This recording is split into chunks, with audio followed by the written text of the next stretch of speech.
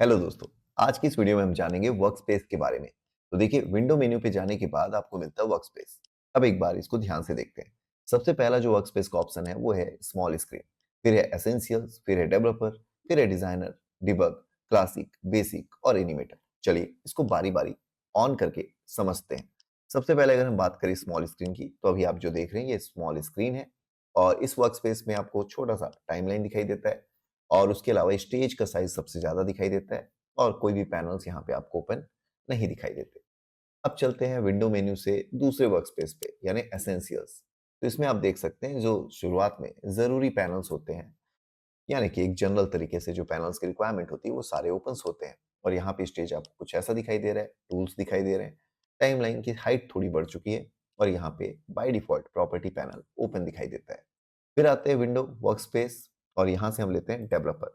तो ये जो डेवलपर वर्कस्पेस है ये उन लोगों के लिए है जो एडोबी एनिमेट पे एक्शन स्क्रिप्ट या फिर जावा स्क्रिप्ट का कोडिंग करते हैं।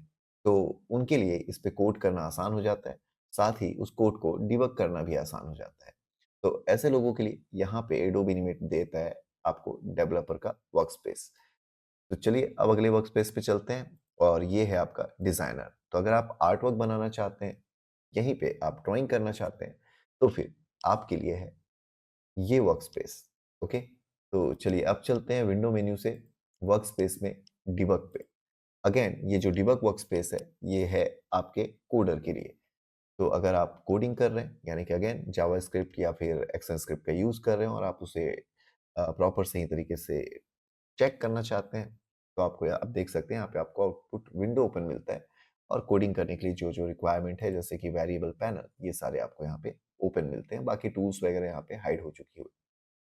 अब आते हैं अगले वर्कस्पेस पे जो है क्लासिक। ये स्पेशली उन लोगों के लिए है जो कि पुराने समय में, यानी कि जब एनिमेट एनिमेट नहीं था, तो इसका पहले जो नाम था वो था फ्लैश।